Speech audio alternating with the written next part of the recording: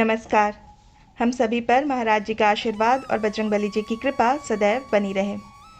कई बार हमारा हृदय महाराज जी से मिलने के लिए लालायित तो रहता है, लेकिन हम किसी न किसी कारणवश श्री कैची धाम जाने में असमर्थ रहते हैं। हम जा ही नहीं पाते। कोई भी कारण हो सकता है, जैसे हमारी हेल्थ अच्छी ना हो, या हम कैची धाम से बहुत दूर रहते हों, या हमारे पास इतना समय ना हो, या फिर कोई आर्थिक तंगी चल रही हो, या अन्य कोई भी कारण हो जिसके चलते हम कैची धाम महाराज जी के दर्शन के लिए जाने में असमर्थ हो जाते हैं। तो ऐसे में हमें क्या करना चाहिए? सबसे पहले समस्या ये आती है कि जब हम कैची धाम नहीं जा सकते तो महाराज जी का आशीर्वाद हम कैसे प्राप्त करें? कैसे हमें कैची धाम जाने का जो शुभ फल है वो घर बैठे बैठे ही प्राप्त हो सकता है? सबसे पहले आपको ये बता दें कि महाराज जी अंतर्यामी हैं। वो आपके अंतर मन की हर एक बात को अच्छे से जानते हैं। आपकी समस्या से वो बहुत ही अच्छी तरह से अवगत हैं।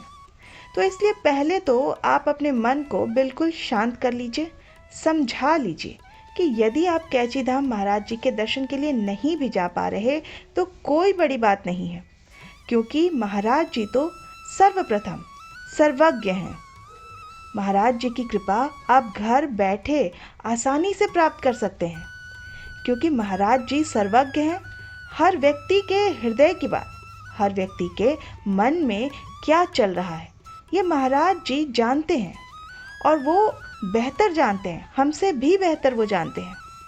हमारे लिए क्या अच्छा है, हमारे लिए कौन सी लीला सबसे सटीक रहेगी, महाराज जी से बेहतर इस बात को कौन जान सकता है। तो इसलिए इस बात को आप बिल्कुल अपने दिमाग से निकाल दीजिए, टेंशन बिल्कुल मत लीजिए, क्योंकि महाराज जी अगर आपको अपना कृपा पात्र मानते हैं, वो आपको अपना कृपा पात्र बनाना चाहते हैं, तो आपकी व्यवस्था भी वो स्वयं ही कर देंगे। और वो जो करेंगे ना, वो सबसे अच्छा होगा, सबसे उत्तम होगा।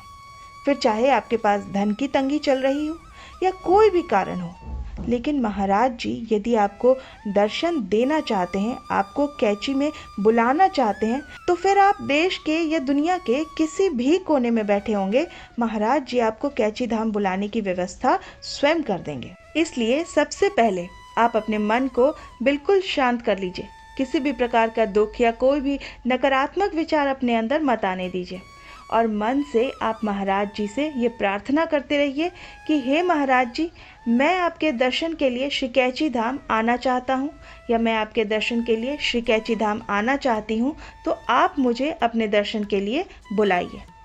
अगर आप मन से महाराज जी से ये प्रार्थना करते हैं तो महाराज जी आपके इस प्रार्थना को स्वीकार करके आपको अपने दर्शनों के लिए कैसे भी करके, कहीं ना कहीं से कुछ भी इंतज़ाम करके, किसी को माध्यम बना के, चाहे जैसे भी हो, वो आपको अपने धाम में स्वयं ही बुला लेते हैं। अब दूसरी परिस्थिति देखते हैं। दूसरी परिस्थिति ये है कि अगर आप कैची धाम नहीं जा पा रहे हैं तो आप अपनी अर्जी घर बैठे महाराज जी से कैसे लगा सकते हैं? तो इसके लिए आपको दो छोटे छोटे से काम करने हैं, जो कि आप अपने रोज़ की दिनचर्या में शामिल कर लीजिए, या तब तक शामिल कर लीजिए जब तक आपकी कैची धाम जाने की व्यवस्था नहीं हो जाती है। तो कौन से हैं वो दो काम? सबसे पहले तो सुबह सुबह जब भी आप अपने नित्य कर्मों से निवृत्त हो जाते हैं, फ्रेश हो जाते हैं, और उसके बाद जब आप महाराज जी के मंदिर में बैठकर, या जहाँ भी आपका पूजा घर है, जहाँ भी आपने महाराज जी के फ़ोटो को स्थापित किया हुआ है, वहाँ पर जा कर के अपने घर में आप महाराज जी के समक्ष बैठ जाएं, और बैठ करके उनसे एक छोटी सी प्रार्थना आपको करनी है। और इस एक छोटी सी प्रार्थना से ही आपका जो है सारा काम बन जाएगा। प्रार्थना क्या करनी है?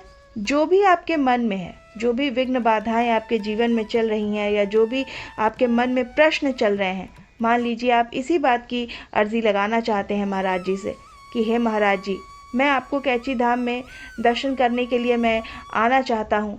तो आप बस अपने शब्दों को ऐसे ही कह दीजिए। किसी प्रकार की कोई मुश्किल प्रार्थना नहीं करनी है आपको, केवल अपने शब्दों का इस्तेमाल करना है। आप अपने शब्दों का, अपनी भावनाओं का यदि इस्तेमाल करेंगे तो उससे बेहतर और कुछ नहीं है, क्योंकि देखिए इसमें किसी प्रकार की कोई प्रार्थना बताने वाली है नहीं। बस आपको अपने हृदय की जो भी बात है, अपने हृदय की बात को, अपने हृदय के भाव को सबसे अच्छा आप स्वयं ही समझ सकते हैं। आप उन्हीं भावों को सरल से सरल शब्दों में, जो भी आपकी बोलचाल की भाषा है, उसमें आपको महाराज जी के समक्ष बैठ करके उस बात को बता देनी है। कहना क्या है आपको? तो कहना आपको बस इतना है कि हे महाराज जी, मैं आपके दर्शनों का अभिलाषी हूँ। कृपया आप मुझे अपने धाम में बुलाकर अपने दर्शन दें और दर्शन देकर मुझे कृतार्थ करें। ये एक छोटी सी प्रार्थना है, इसको आप अपने शब्दों के अनुसार, अपने मन के भाव से आप इसको कह सकते हैं। जो भी आपकी बोलचाल की भाषा है, आप उसी भाषा में कह सकते हैं। महाराज जी हर भाषा को समझ लेते हैं।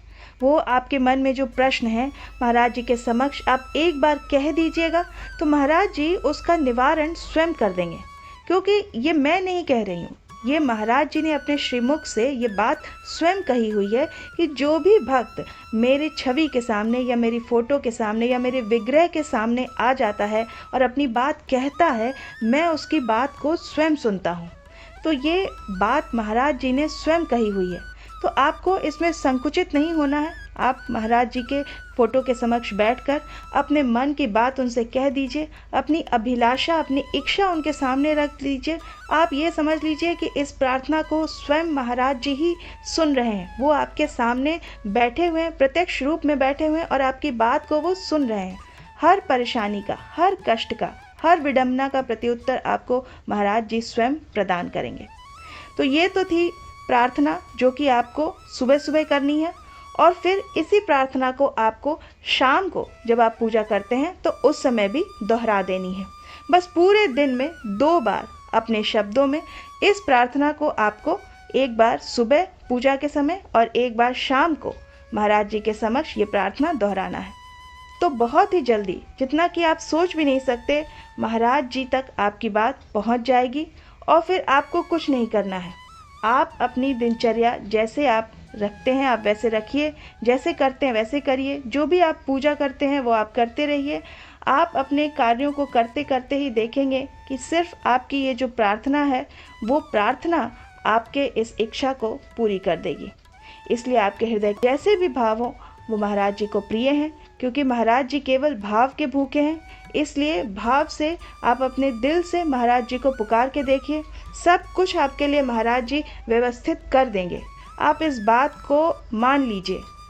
आप एक बार हृदय से प्रार्थना करके देखिए कि हे महाराज जी, मैं आपके दर्शन का अभिलाषी हूँ, मैं आना चाहता हूँ कैची धाम, आप मेरी व्यवस्था कर दें। और आप देखिएगा कि कुछ ही दिनों में महाराज जी आपकी इस प्रार्थना को स्वीकार कर लेंगे, आपकी व्यवस्था हो जाएगी। आप स्वयं भी अचंभित रह जाएंगे कि ना जाने कहाँ से महाराज जी ने हमें बुलावा भेजा कि हम तुरंत ही महाराज जी के दर्शन के लिए आ गए। और इस बात को जिस दिन आप कैची धाम में पहुँचेंगे उस दिन आप इस बात को याद करेंगे कि कैसे हम यहाँ तक आ गए। ये तो हमारे सामर्थ्य में ही नहीं था, हमने तो ऐसा सोचा भी नहीं था। देखिए, महाराज जी के पास वही पहुँच सकता है जिसको महाराज जी बुलाते हैं। आपने सोचा भी नहीं होगा कि आपको लगता होगा कि हम कैची से कितनी दूर रहते हैं, मेरी स्वास्थ्य मुझे ऐसा परमिट नहीं करती कि मैं कहीं इतनी दूर यात्रा कर सकूं। लेकिन फिर भी आप कैची धाम पहुंच जाते हैं, क्योंकि उस कार्य को आपको वहां जो बुलावा है वो महाराज जी का बुलावा है। उन्होंने आपकी सारी व्यवस्था की है, उन्होंने आपको अपने दर्शन के लिए बुलाया है। आपका हृदय रो पड़ेगा जब आप महाराज जी के दर्शन, महाराज जी के विग्रह के दर्शन कैची धाम में करेंगे। आप कहेंगे कि महाराज जी कैसे आपने ये व्यवस्था कर दी, कैसे ये सब कुछ हो गया, हम तो जानते भी नहीं थे। और महाराज जी भी यही कहते हैं कि हम कुछ नहीं करते, जो भी करते हैं वो हनुमान जी करते हैं। और यही महाराज जी की लीला है कि वो सब कुछ कैसे कर देते हैं, कैसे सारे प्रबंध कर देते हैं, कैसे सारे इंतज़ाम कर देते हैं, ये कोई नहीं समझ पाता। क्योंकि ये सब कुछ वो करते हैं, उन्हीं के हाथ में है, उन्हीं की इच्छा से सब होता है। तो मैं आशा करती हूँ कि आज का ये अंक आपको पसंद आएगा। आप अपनी प्रतिक्रिया हमें कमेंट सेक्शन में लिखकर ज़रूर बताइएगा। मिलते हैं आपसे अगले अंक में, तब तक के लिए जय श्री राम, जय बाबा की।